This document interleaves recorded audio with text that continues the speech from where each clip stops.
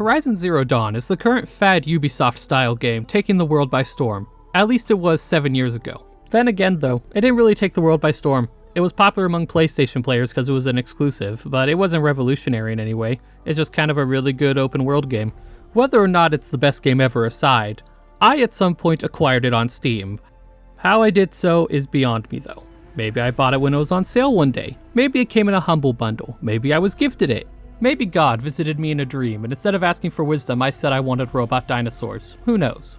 All I know is that I have the game, and I got around to playing it recently, and it was pretty fun. The story's pretty good, the gameplay's pretty good, nothing revolutionary, but one thing sat with me. Could a person kill a robot dinosaur with a bow? On the surface, the answer seems like no. Some random ginger chick with a bow versus a robot dinosaur seems like a recipe for disaster.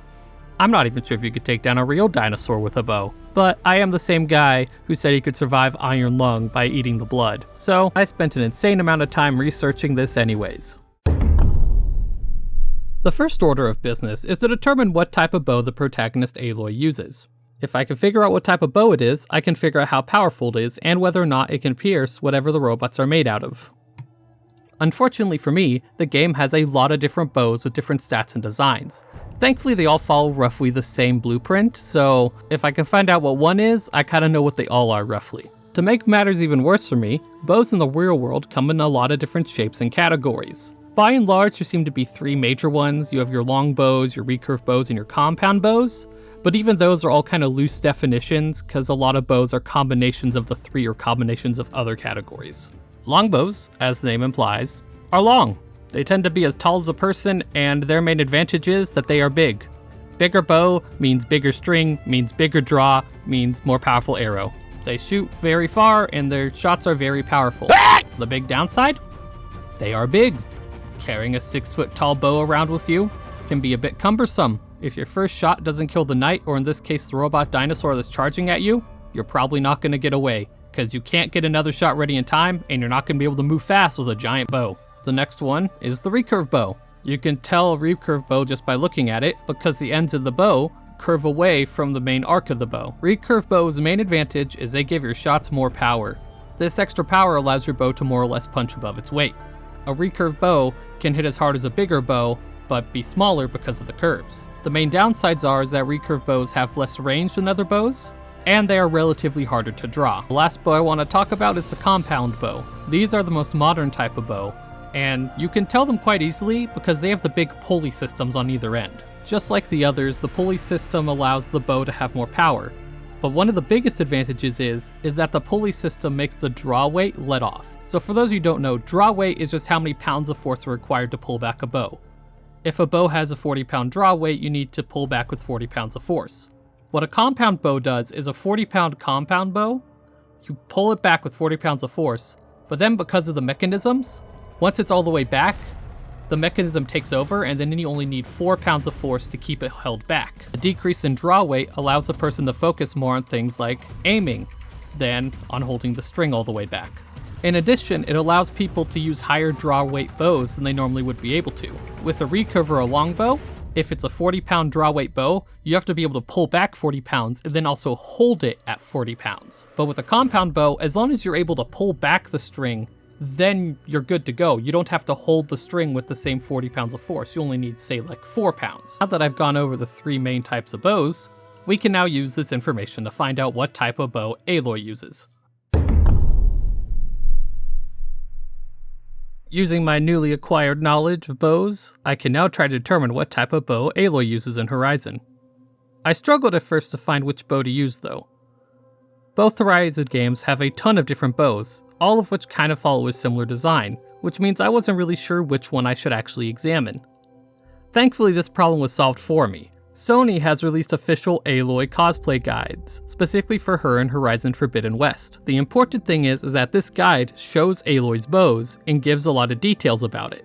This bow is actually the Shadow Hunter bow from Horizon Zero Dawn. Since this is as close to a canon bow as we're going to find, this is the one I'm going to be using for the analysis. Now if you look at the diagram of the bow, you can see it uses a pulley system, which means it is at least partially a compound bow. Another thing of note is that this bow is essentially 2 bows strapped together. It's best seen in-game, But if you take a look, see how the inner black part and the outer white part are actually separate? They are only really held together by the grip and the straps around the bow's frame. Now this design does somewhat resemble a cable-backed bow. Cable-backed bows are just bows with a reinforced cable or something along the back. The reinforcements typically makes the bow a lot sturdier, makes it less likely to snap, and increases draw weight a bit. I didn't include cable-backed bows as a type of bows earlier because cable-backed bows are less a distinct type of bows and more of like an attachment to a bow. If there was a Call of Duty with bow warfare, cable back would be one of the 17 attachments you can put on your wooden bow. It would increase the damage but decrease fire rate, something like that. And while Aloy's bow has a passing resemblance to a cable-backed bow, it isn't really a bow with reinforcement, it's more of two bows strapped together. So it is actually more reminiscent of double bows, such as the Wabanaki bow. Double bows, as the name implies, are when you strap together two different bows. Now there's a lot of different configurations of double bows, some of which are like one bow with a smaller bow reversed in front, others are literally two bows next to each other. But the main thing is, it's two bows in one, and so it's more powerful than one bow in one. The Wakanabe bow in particular is one large bow with a smaller bow attached to the front.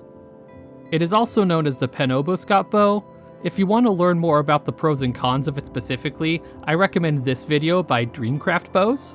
Unlike me, he actually knows what he's talking about. But a summary is that the advantages of this type of bow is that it's sturdier and less prone to breaking than traditional bows, as well as with almost every other bow variant mentioned, double bows are just another way to eke out more power from a bow. The big downside is you are drawing two bows at once, and so there's a higher draw weight and they're more difficult to draw. With all that in mind, Aloy's bow seems to be a combination of a double bow and a compound bow. As I said before, you could see that it's basically two bows combined, and there's a pulley system. It also might be recurved, but I can't tell if the parts that curve outward are actually like a recurve bow part, or just part of the overall pulley system. But with this in mind, this design makes a lot of sense. This is a bow designed for hunting robot dinosaurs. So, it's going to need to be powerful, but also be small and mobile enough that you can dodge the attacks or do sneak attacks. So by having a double bow that's also recurved, you're basically squeezing as much power you can out of as small of a bow as possible. And by making the bow compound, you're offsetting the increased difficulty of drawing of it being recurve and double, because once you've drawn the bow, it will then let off the weight, making it easier to aim. If a group of people were forced to fight robot dinosaurs on the regular, I could see them over many generations developing this type of bow, something that is as powerful as humanly possible while still being as small and mobile as possible. Now that was the easy part. Now I have to figure out what on earth these robots are made of.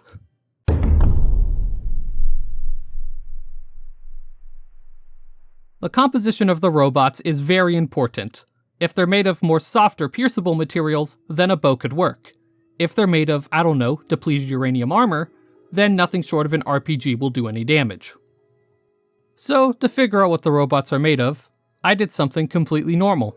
I spent hours running around in Horizon Zero Dawn getting screenshots of every robot up close. Now the game does have a bestiary of sorts where you can view all the robots, and it does give information on them, but the information isn't great.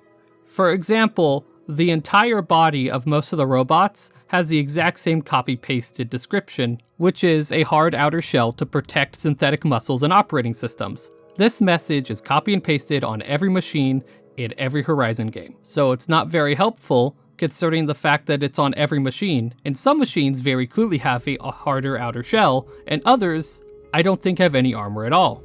Now, if you look at some of my up-close screenshots, you can see what I think is the artificial muscles. I guess these are the artificial muscles because, well, they look like muscles, but artificial. One of the big problems is I don't know what they're made of or whether or not a bow could shoot through them. Now we do have things we call artificial muscles right now in the real world, but none of them look like this. These are like some bioorganic stuff, like they look like actual human muscles just without all the organic bits. Because of this, I'm gonna have to make some assumptions. Now, if you're the type of person that firmly believes that these muscles are made of depleted uranium, you probably should just click off the video now because you're going to disagree with just about everything else I say about the muscles from now on. I personally think the muscles probably could be either punctured or at minimum damaged by a bow. And my reason is quite simple. In order for these to function like the muscles that they are supposed to imitate, they can't be super strong. For a muscle to function like a muscle, it needs to have high tensile strength. Tensile strength is basically how resistant it is to damage from being pulled by both ends. Muscles need high tensile strength because they're constantly expanding and contracting in one direction to do, what muscles do. Flexibility and tensile strength typically come at the cost of overall strength. For example, a piece of metal armor probably couldn't get stabbed by a knife, but it also can't be bent, while a piece of plastic can pretty easily be bent, but also it can be stabbed, and both can be harmed by a depleted uranium round, but that's besides the point. Modern folding phones have plastic screens, because plastic, unlike glass, can actually bend. If you want a material that can bend and stay in one piece, you're probably going to have to sacrifice overall strength or hardness. This is why I think a bow could damage the artificial muscles. In order for them to accurately mimic actual animal muscles, they're probably going to need to be made of a material that is still weak to being punctured by a bow.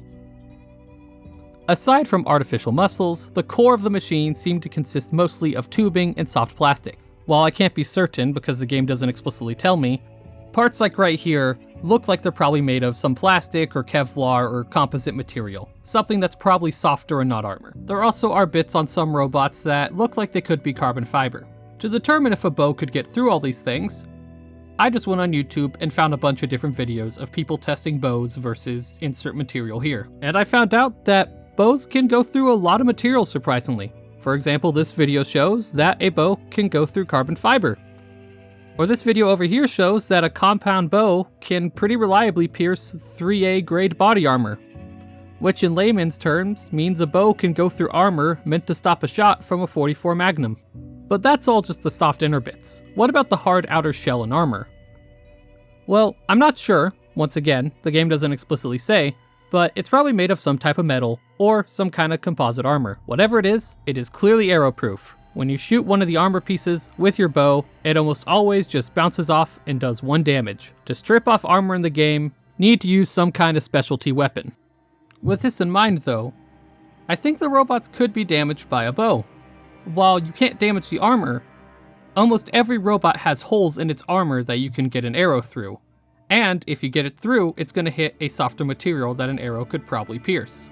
But an arrow being able to actually damage the robot means nothing if it can't actually shut the robot down. Sure, an arrow can pierce carbon fiber easily, but if it's just a carbon fiber plate with nothing under it, then all I've really accomplished is wasting an arrow. With that in mind, I need to determine how on earth the robots in Horizon even work. If I can understand their inner workings, then I can figure out what I need to damage in order to shut one down. The problem is that very little info is given on the internal workings of the machines. Besides the aforementioned codex entry, which is hard outer shell to protect operating systems and synthetic muscles, nothing is really told to us about the inner workings of the machines. Everything will need to be determined the old-fashioned way, which once again is running around and getting good screenshots of the robots up close. What I'm looking for is major failure points in the design. For example, if I found a spot where if an arrow hit there, it would damage a processor of the robot. Processors are a failure point because one being damaged could have a cascading effect on the rest of the machine. That's what a failure point is, something that's so important that if it's damaged or destroyed, everything else either stops working or is heavily affected by it. In terms of people, hurting your big toe sucks, but probably won't end you. Meanwhile, your heart is a failure point, because if you hurt your heart, bad things are going to happen. Your heart's so important that once it's either removed from the equation or damaged, it cascades to every other part of your body, even if nothing else is hurt. The copy and pasted body description does give us at least one important piece of information. We know that synthetic muscles and operating systems are underneath this outer plastic shell and armor, which means if an arrow gets through, there's at least a non-zero chance it will hit something important. Damaging an operating system or a CPU is definitely a failure point, because if you hit the main processor or some kind of storage thing, that's definitely going to shut down the robot or at least majorly hinder its capabilities. Damaging a muscle is also bad, but it isn't strictly a failure point, as if you damage a muscle, it probably won't shut down the machine. It might hinder its mobility, you might be able to completely incapacitate a robot, but it's not strictly shutting it down. So, with that in mind, I went through the machines again, looking at all of them up close to find visual evidence of failure points. The biggest ones I could find are the sparkly looking wire columns. These, I assume, are the aforementioned operating systems, or maybe they're just like wire columns or artificial spinal cords, something like that. We're dealing with robot dinosaurs here. Whatever they are, damaging them definitely constitutes a failure point. If it's an operating system, you damage it, the robot's gonna probably shut down. If it's a fake spinal cord or the wires that connect different parts of the robot, damage that, and suddenly the brain of the robot can't communicate with the legs, which might not shut down the robot explicitly, but if the robot can't move, it might as well be shut down. Since the machines are based off of animals, it's pretty safe to assume that these are meant to be fake spinal cords, especially since they run along the spines of several of the robots. So this is kind of where my analysis sat for a while. The robots have several parts that if they're damaged, it could harm the machine. Some of the robots, those parts are out in the open, so they're easier to kill. Others, they're somewhere in the core, and presumably if you hit them in the right spot, your shot will pierce that soft plastic outer shell and hit the thing. And I just kind of sat there. It wasn't a bad result, but I wasn't really happy with that because I felt I was missing something. So I went through my footage again. And that's when I noticed something. I took a closer look at the game's most fearsome foe, the Thunderjaw. The Thunderjaw is arguably the game's hardest machine to fight. It is covered in armor and has all sorts of weapons. But also, it has many, many weak points. One of these weak points in particular caught my attention. The Thunderjaw's heart is a weak point. While only the Thunderjaw explicitly has its heart as a weak point on its body, every machine in Horizon has a heart. And we know this because every machine in Horizon can drop its heart as a piece of loot. So whatever the heart is and whatever purpose it serves, we know that every machine has one, and they're probably all weak points on the machines. So I took a close look at the heart, and, well, I determined it's a heart. It's a pump system that moves some fluid through various pipes and tubes running across the machine. Every machine has a heart, so presumably every machine also has this internal piping system that we see on the Thunderjaw. I think the heart is liquid cooling. And that's actually not much of a stretch, because machines having a weakness to heat generation is something that is baked into the Horizon setting. So up ahead are spoilers for a 7-year-old game. If you do plan on playing Horizon at any point, or just don't want to be spoiled, skip to the time code on the screen or go to the next chapter. When you play Horizon, you might notice that littered around the world, there are a bunch of these robots that are all overgrown and abandoned. These robots are ancient war machines that are the reason why the apocalypse happened in Horizon. You're in the post-apocalypse. These machines caused that apocalypse. You fight several of them throughout the series, and they all have one thing in common. Their biggest weakness is heat generation. They have massive exposed heat vents, and when they overheat, they have to expose their coils in order to cool down. Big machines generate a lot of heat, and if something overheats, it could damage the delicate internal circuitry. That's why your computer has a cooling system. Every electronic and every circuit board on Earth is weak to heat. With that in mind, the heart is the weak point to the dinosaur-type machines, because if you destroy the heart or damage the piping, you are directly damaging or disabling their liquid cooling system. If they lose the ability to cool themselves, they're quickly going to overheat. And either the heat is gonna make all their circuit boards break and they're gonna shut down that way, or they auto shut down to protect their circuit boards and not generate more heat. Either way, the result is the same. The robot shuts down and you can run up and start ripping it apart for parts. Destroy the heart, and the cooling system completely stops the function. Even if you miss the heart, if you manage to damage one of the pipes, coolant's gonna start leaking, and leaked coolant doesn't cool a machine, and who knows, maybe having leaked coolant inside of all your delicate circuitry and gears isn't really good for the machine running in the first place. So last but not least, with all that in mind, could you kill one of Horizon's machines with a bow? I say probably. The bows in Horizon are clearly the result of generations of design evolution. They are portable bows that punch way above their weight class, which is exactly what you need if you're fighting a robot dinosaur. The bows are capable of punching holes in the softer parts of the machines, and whether that shot damages an operating system, an artificial muscle, some artificial nerves, or part of the cooling system, the result will be the same. It's damaging something important, and the machine overall is going to function less effectively. Do enough small bits of damage, or do one big piece of damage to a failure point, and the result is the machine shuts down. And this is reflected in the game to an extent. For example, hitting a watcher in the eye is a one-shot, and that's because right past that big ocular sensor is where its CPU is. So you shoot it through the sensor, Hit the CPU, no machine. Something as big as the Thunderjaw probably has some level of redundancy in it, so you probably can't one-shot it, but enough damage to any of its vulnerable failure points and eventually you can bring it down, especially if you damage something like its CPU or its cooling system, which are required for everything else to function. And this is ignoring the unique weak points that a lot of the machines have. The Bellowback has a massive sack full of flammable liquid. If you destroy one of those, it can prove to be quite catastrophic to the machine. On top of all that, the machines need to be powered by something, whether it's some form of battery, fuel, or hand-wavy future power cell stuff. One thing remains clear: if you damage or destroy the power source, the machine will stop working. So yeah, I think you could destroy one of Horizon's machines given a bow and good aim. I'm honestly quite surprised, but it seems the devs put a lot of thought into the designs, and at least enough that destroying them makes sense. Hi everyone, welcome to the end of the video. This took way longer than I anticipated, but it's just been one of those periods in my life where one thing happens after another. My job got crazy, then I got my wisdom teeth out, then something else happens, you know how it goes.